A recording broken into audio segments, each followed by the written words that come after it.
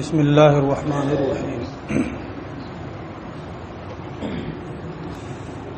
فإن قیل هل لهذا الخلاف ثمرۃ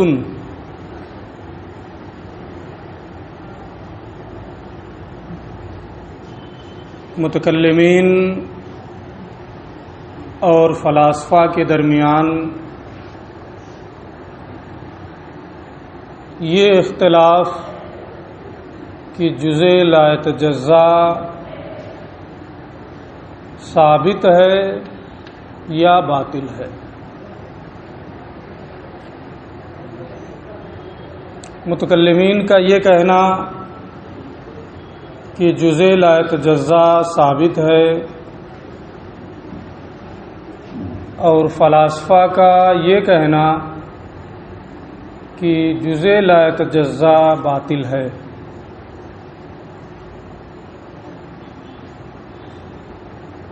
دونوں نے اپنے دعویٰ پر دلیلیں دی ہیں۔ علامہ تفتازانی رحمۃ اللہ تعالی علیہ نے اپنا نظریہ یہ پیش کیا کہ جزء لا یتجزا کے اس بات کے بارے میں متکلمین کے جو دلائل ہیں وہ محل نظر ہیں۔ اسی طریقے سے جزء لا یتجزا کے بطلان پر جو فلاسفہ کے دلائل ہیں وہ بھی سب کے سب مخدوش ہیں۔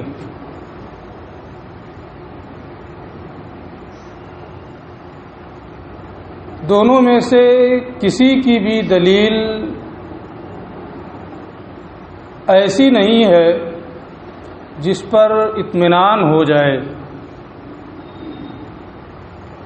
اسی وجہ سے حضرت امام رازی رحمۃ اللہ تعالی علیہ نے اس مسئلے میں توقف کیا ہے کہ جزء لا یتجزا ثابت ہے یا ثابت نہیں ہے۔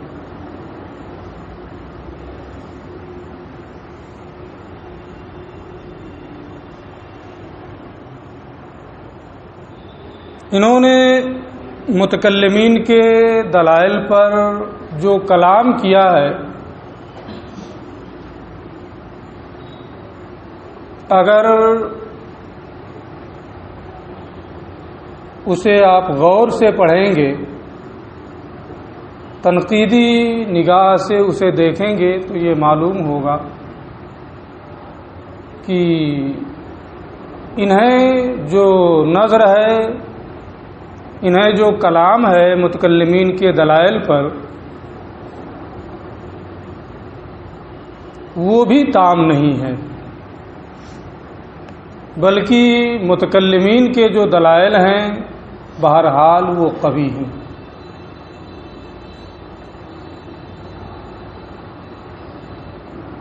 مثلا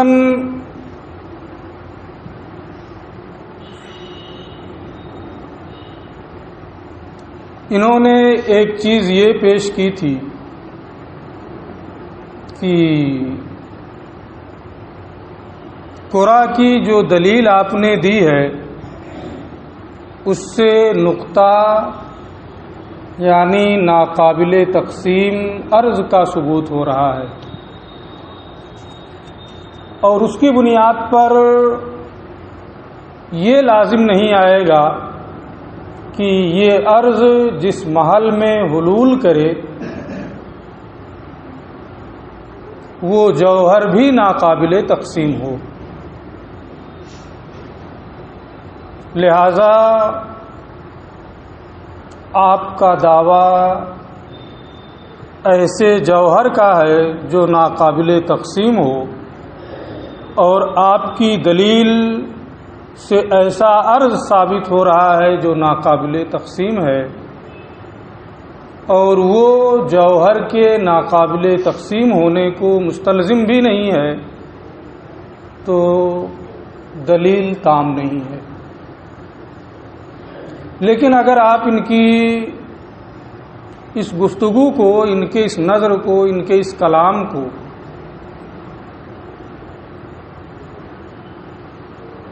انہی کے ضابطے کے مطابق دیکھیں تو نقطہ جس محل میں حلول کرتا ہے، نقطہ کے ناقابل تقسیم ہونے کی وجہ سے وہ محل بھی ناقابل تقسیم ہوتا ہے۔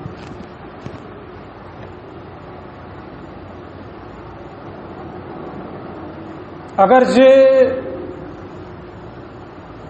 اس میں کچھ تبدیلیاں ہوتی رہیں، مثلا آپ نے ایک خط بنایا،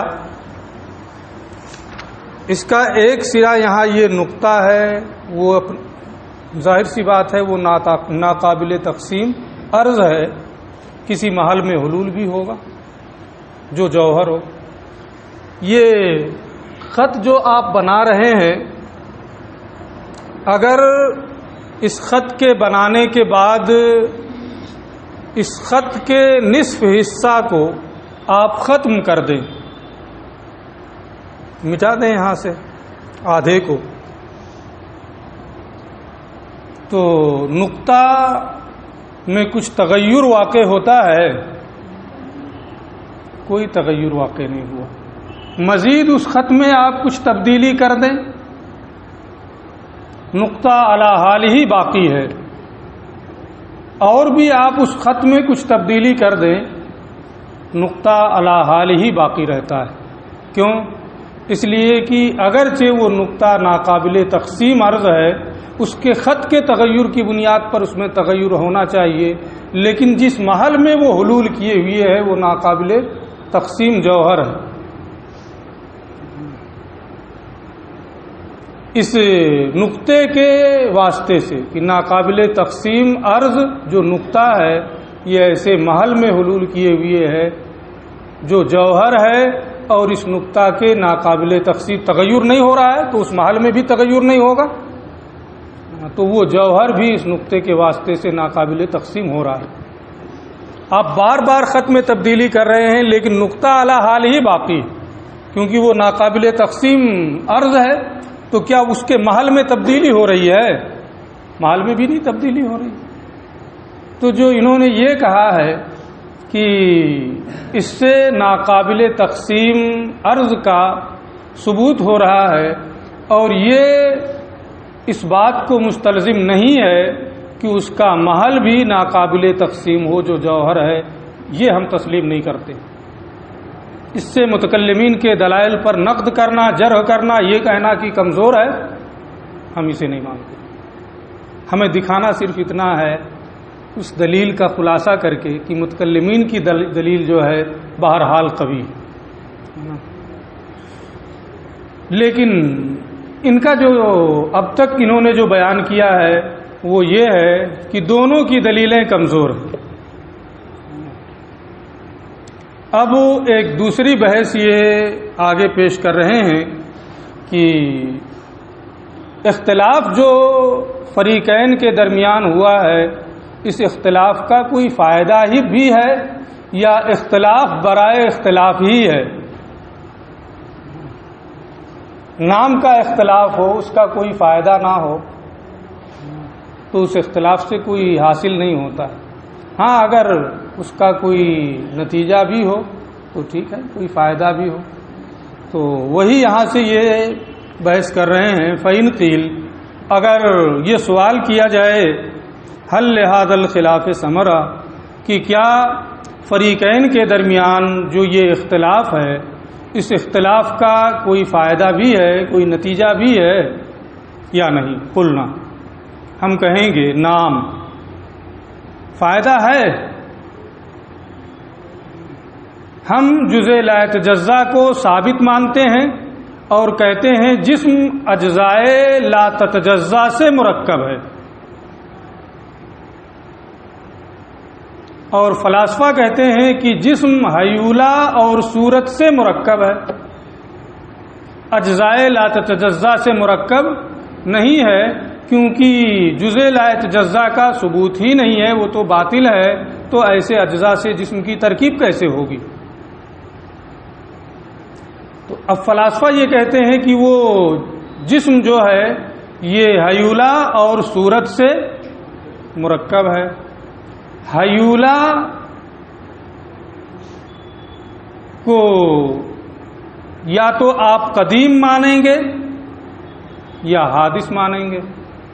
اگر قدیم مانیں تو فلاسفہ کا جو مقصد ہے وہ حاصل ہے، لیکن اگر آپ ان کے نظریے کے خلاف حیولہ کو حادث مانتے ہیں تو جو بھی حادث ہوتا ہے وہ مسبوق بالمادہ ہوتا ہے،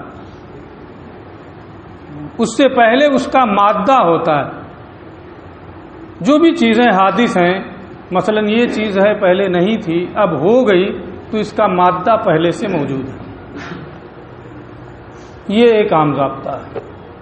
جو چیز بھی حادث ہوگی وہ کیا ہوگی؟ مسبوق بالمادہ ہوگی۔ آپ حیولہ کو قدیم نہیں مان رہے ہیں بلکہ حادث مان رہے ہیں تو اس سے پہلے بھی کسی مادے کا ثبوت ہوگا۔ چلیں آپ نے حیولہ کو قدیم نہیں مانا، آپ نے حادث مان لیا، تو اس سے پہلے کوئی مادہ ہوگا۔ اب اس مادے کے بارے میں کلام ہوگا کہ وہ مادہ قدیم ہے یا حادث ہے۔ اگر آپ قدیم کہہ دیں تو ان کا مقصد حاصل، اور اگر آپ اس مادے کو بھی حادث کہتے ہیں تو اس حادث مادے سے بھی پہلے ایک مادے کا ہونا ضروری ہوگا، کیونکہ وہ بھی حادث ہے تو اس سے پہلے بھی ایک مادہ ہوگا۔ پھر اس کے بعد حادث کہنے کے بعد ایک مادہ آپ نے پھر مانا، پھر اس کے بارے میں کلام ہوگا کہ یہ حادث ہے یا قدیم ہے۔ اگر قدیم کہیں تو ٹھیک، اگر حادث کہیں پھر وہی چیز پلٹ کر آئے گی، سلسلہ یہ چلتا رہے گا، تسلسل لازم آئے گا۔ اس لیے یہ لوگ کہتے ہیں کہ حیولہ یہ قدیم ہے اور جسم جو ہے یہ حیولہ اور صورت ہی سے مرکب ہے، لہذا حیولہ کے قدیم ہونے کی بنیاد پر جسم بھی قدیم ہے، اور جسم یہ عالم سے ہے۔ جب جسم قدیم ہے تو بواسطہ جسم عالم بھی قدیم ہوگا اور اس کا معدوم ہونا محال ہوگا۔ تو یہ فلاسفہ جزء لا یتجزا کو باطل مان کر کے صرف یہ اتنے پر یہ معاملہ نہیں رک جاتا ہے کہ جزء لا یتجزا باطل ہے، بلکہ اس کی بنیاد پر نہ آپ جسم کو حادث مان پائیں گے، نہ حیولہ کو حادث مان پائیں گے، نہ عالم کو حادث مان پائیں گے، یہ ساری چیزیں قدیم ہو جائیں گی۔ اس لیے متکلمین نے ان کا رد کیا اور یہ کہا کہ نہیں، جسم حیولہ اور صورت سے مرکب نہیں ہے بلکہ یہ اجزائے لا تتجزا سے مرکب ہے، اور جزء لا یتجزا باطل نہیں بلکہ جزء لا یتجزا ثابت ہے۔ بہت بڑا فائدہ ہوا نا۔ اب جب آپ جزء لا یتجزا کو ثابت مانیں گے اور جسم کی ترکیب اجزائے لا تتجزا سے ہوگی تو نہ حیولہ کا قدیم ہونا لازم آئے گا، اس لیے کہ جسم اس سے مرکب ہی نہیں ہے نا، نہ صورت کا قدیم ہونا لازم آئے گا، نہ عالم کا قدیم ہونا لازم آئے گا۔ بہت بڑا فائدہ دونوں کا ہو رہا ہے۔ متکلمین نے ان کا رد کیا کہ ہم جزء لا یتجزا کو باطل نہیں مانتے ہیں، اسی پر بہت سے بلکہ تقریباً تمام اسلامی اصولوں اور اسلامی ضوابط کی بنیاد ہے۔ اگر اس کو باطل مان لیا جائے تو پوری عمارت ہی گر جائے، اس لیے متکلمین اس کو ثابت مانتے ہیں اور دلیلیں دیتے ہیں۔ ٹھیک ہے، یہی انہوں نے بیان کیا ہے۔ تھوڑا سا اختصار ہے، میں نے تھوڑا سا تفصیل کر دی ہے، آج ٹائم تھا تو سوچا کچھ تفصیل بتا دیں۔ فَإِنْ قِيلَ اگر کہا جائے حل لہذا الخلاف ثمرہ کہ کیا اس اختلاف کا کوئی فائدہ بھی ہے، قلنا ہم کہیں گے ہاں، فی اثبات الجوہر الفرد جوہر فرد یعنی جزء لا یتجزا جو کسی بھی طرح کی تقسیم کو قبول نہ کرے، اس کو ثابت ماننے میں فلاسفہ کی بہت ساری تاریکیوں اور ظلمتوں سے نجات ہے۔ اسے ثابت ماننے میں مثلا ان کی بہت ساری تاریکیاں، کچھ مثالیں یہ دے رہے ہیں، جیسے حیولہ اور صورت کو ثابت ماننا پڑے گا اگر جزء لا یتجزا کو باطل مانیں تو، اور پھر حیولہ اور صورت کو ثابت ماننے کی تقدیر پر یہ لے جانے والا ہوگا عالم کے قدیم ہونے کی جانب، کہ عالم قدیم ہو جائے۔ میں اس کو بتا چکا ہوں کہ جب حیولہ اور صورت کو آپ ثابت مان لیں گے جزء لا یتجزا کو باطل مان کر کے، تو حیولہ کا قدیم ہونا لازم آئے گا، اور پھر قدم حیولہ یہ مفضی ہوگا اس بات کی جانب کہ عالم قدیم ہے۔ اور جب عالم قدیم ہو جائے گا، اس کے لیے فنا ہی نہیں ہے، تو قیامت آئے گی، مرنے کے بعد اٹھیں گے، حساب و کتاب ہوگا، جزا اور سزا ہوگی، کچھ ثابت رہے گا؟ ساری چیزیں ایک طرف سے ختم۔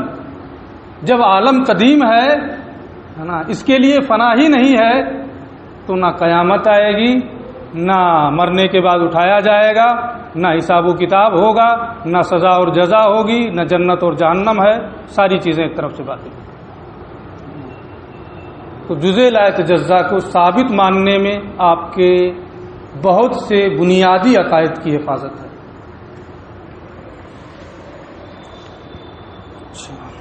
جو لے جانے والا ہے عالم کے قدیم ہونے کی جانب اور حشر اجساد کی نفی کی جانب، کہ اگر آپ حیولہ اور صورت کو ثابت مانیں گے تو اس سے حیولہ کا بھی قدیم ہونا لازم آئے گا، پھر عالم کا قدیم ہونا لازم آئے گا۔ جب عالم قدیم ہے تو فنا نہیں ہوگا، تو حساب و کتاب بھی نہیں ہوگا، جسم کا مرنے کے بعد اٹھنا بھی نہیں ہوگا، تمام چیزیں نہیں ہوں گی۔ وَكَثِيرٍ مِّنْ اصول الہندسہ، اور بہت سے جیومیٹری کے اصولوں سے نجات مل جائے گی۔ ہندسہ جیومیٹری،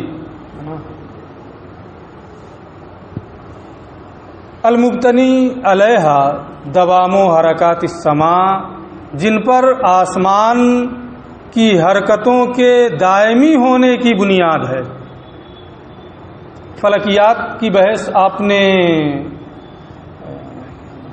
ہدایت الحکمت میں پڑھی ہوگی، اس میں ان کا ایک باضابطہ اس پر بحث ہے کہ فلک یعنی آسمان دائمی طور پر متحرک ہے، اس کے لیے حرکت ہے، اور یہ حرکت دائمی ہے، اور دائمی ہونے کے ساتھ ساتھ یہ دائمی حرکت مستدیر ہے نا۔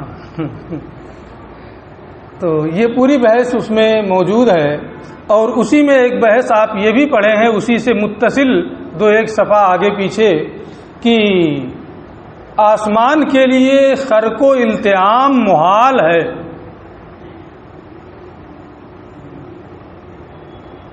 تو آسمان کے لیے دائمی حرکت ہونا یا اس پر خرق و التئام کا طاری نہ ہونا، خرق و التئام کا ممکن نہ ہونا، محال ہونا، ان تمام چیزوں سے آپ کو چھٹکارا مل جائے گا اگر جزء لا یتجزا کو ثابت مانیں گے تو۔ لیکن اگر اسے آپ باطل مانیں گے تو ایسی صورت میں فلک کا دائمی طور پر استدارے کی صورت میں متحرک ہونا یہ بھی لازم آئے گا، اور اس کا قابل خرق و التئام نہ ہونا یہ بھی لازم آئے گا۔ اور یہ دونوں چیزیں کہ فلک دائمی طور پر مستدیر حالت میں متحرک ہے، ہمارے نزدیک ثابت نہیں ہے، یا فلک کا قابل خرق و التئام نہ ہونا یہ بھی ہمارے نزدیک باطل ہے۔ تو اگر آپ جزء لا یتجزا کو ثابت مانتے ہیں تو ان تمام گمراہیوں سے، ان تمام فاسد چیزوں سے آپ کو نجات مل جائے گی، اور اسے باطل ماننے میں یہ تمام خرابیاں لازم آئیں گی جن کا اٹھانا آسان نہیں ہوگا۔ اس لیے جو بنیاد ہے ان تمام فاسد چیزوں کی، اس بنیاد ہی کو جڑ سے اکھاڑ دیں کہ جزء لا یتجزا باطل ہی نہیں ہے، تاکہ یہ تمام چیزیں خود ہی ثابت ہو جائیں اور باطل ہو جائیں۔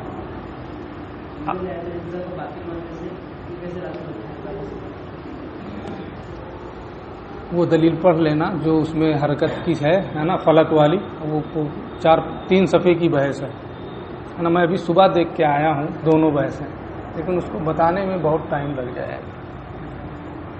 دونوں ملا کے کم سے کم 6 صفحے کی بحث ہے۔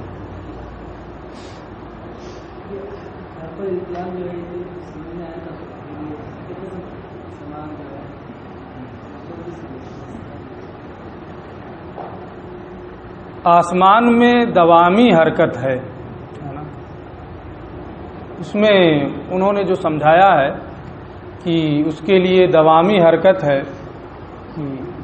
آپ یہ مانیں کہ یہ آسمان ہے اور یہ استدارہ میں حرکت کر رہا ہے، تو زمانہ جو ہے اس زمانے کی بنیاد پر اس کا دائمی طور پہ متحرک ہونا لازم آتا ہے،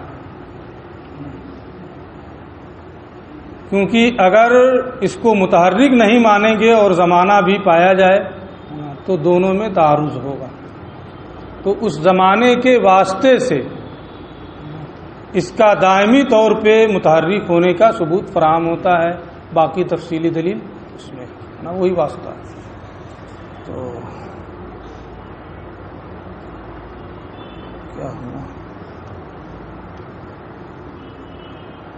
تو یہ بحث یہاں پر پوری ہو گئی۔ ایک چیز مجھے اور بتانا تھا کہ فلاسفہ کی جو دلیلیں ہیں جزء لا یتجزا کے بطلان پر، آپ اس کتاب کو پڑھیں گے ہدایت الحکمت کو، تو اس میں الکلمۃ الملہمہ کا حوالہ بھی دیا گیا ہوگا حاشیے میں، جو اعلیٰ حضرت کی کتاب ہے۔ اس میں اعلیٰ حضرت نے یہ ثابت کیا ہے کہ فلاسفہ کی جتنی دلیلیں ہیں تمام کی تمام دلیلیں اتصال اجزاء کے بطلان پر ہیں، وجود جز کے بطلان پر ان کی کوئی دلیل ہی نہیں۔ میں نے جیسے پہلی مثال جو ان کے دلیل دی تھی کہ ایک ادھر سے خط مانا، ایک ادھر سے خط مانا، ایک ادھر سے لے گیا، تو سب مل کر کے ایک نہیں ہوئے، ورنہ تداخل لازم آئے گا۔ اس لیے یہ بیچ والا خط جو گیا، اس کا ایک حصہ ادھر سے مل رہا ہے، ایک حصہ ادھر سے مل رہا ہے، تو اس کی تقسیم ہو گئی ہے نا، اس جز کی تقسیم ہو گئی، لہذا یہ ناقابل تقسیم ہو ایسا نہیں رہا، قابل تقسیم ہو گیا، 2 حصوں میں بٹ گیا۔ تو یہ اعلیٰ حضرت نے یہ فرمایا ہے کہ فلاسفہ کی جتنی دلیلیں ہیں وہ وجود جز کے بطلان پر ان کی کوئی دلیل ہی نہیں ہے، زیادہ سے زیادہ ان کی جو دلیلیں ہیں وہ اتصال اجزاء کے بطلان پر ان کی دلیلیں ہیں، اور اتصال اجزاء کے بطلان سے وجود جز کا بطلان ہو جائے، ایسے جز کا جو ناقابل تقسیم ہو، یہ قابل تسلیم نہیں۔ لہذا فلاسفہ کی وجود جز کے بطلان پر کوئی بھی دلیل تام نہیں ہے، کیونکہ ان کے دلائل وجود جز کے بطلان پر ہے ہی نہیں، اتصال اجزاء کے بطلان پر۔ اور جب اتصال اجزاء کے بطلان پر ان کی دلیلیں ہیں تو ان کی ساری دلیلیں کالعدم متکلمین کی دلیلیں اپنی جگہ پر قائم ہیں، لہذا جزء لا یتجزا ثابت ہے۔ ٹھیک ہے۔